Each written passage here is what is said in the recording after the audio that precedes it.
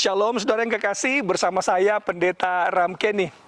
Saya akan menolong saudara menjelaskan dan memahami Kolose pasal 2 ayat 16 kurang dari 10 menit. Kata hari raya yang kita temukan di Kolose 2 ayat 16 datang dari kata atau bahasa asli perjanjian baru, bahasa Yunani, heorte. Dan dalam perjanjian lama, bahasa asli perjanjian lama, bahasa Ibrani menggunakan kata hag, H-A-G. Nah, kata heorte dan kata hag digunakan oleh Alkitab untuk berbicara atau untuk merujuk kepada 3 hari raya orang Yahudi secara spesifik, yaitu hari raya Paskah, hari raya Pentakosta, dan hari raya Pondok Daun. Saya berikan referensinya kepada saudara. Yang pertama adalah Keluaran pasal 23 ayat 14 sampai 17. Bila mana saudara membaca ayat ini, saudara akan dapatkan 3 hari raya tersebut.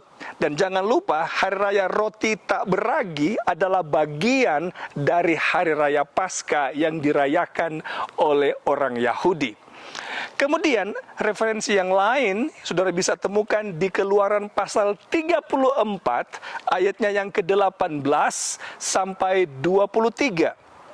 Lalu saudara juga bisa membaca 2 Tawarik pasal 8 ayat 12 dan 13.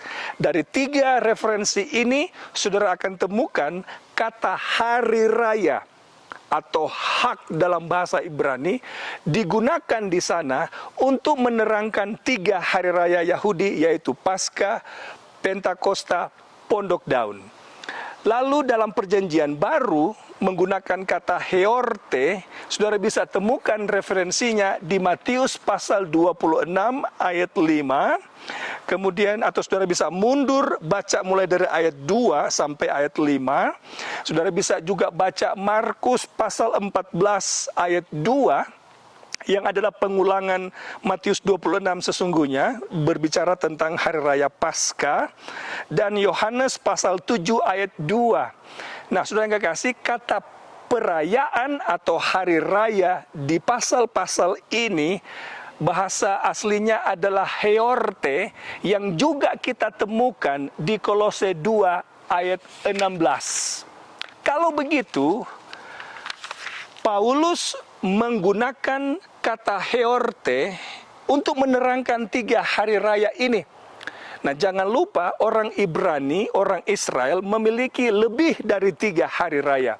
Ada 7 hari raya utama mereka. Di antaranya hari raya penghakiman, hari raya trompet.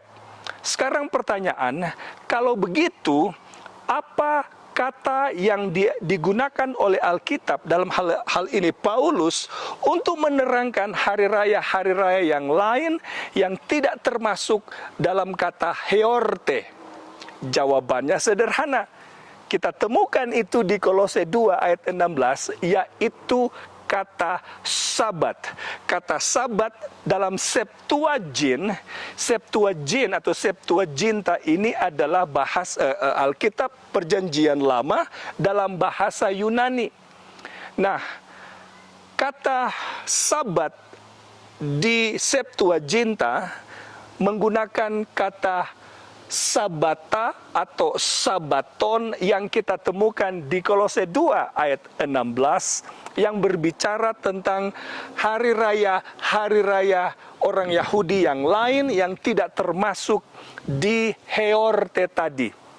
Di antaranya hari raya pendamaian dan hari raya trompet serta sabbatical years yang lain.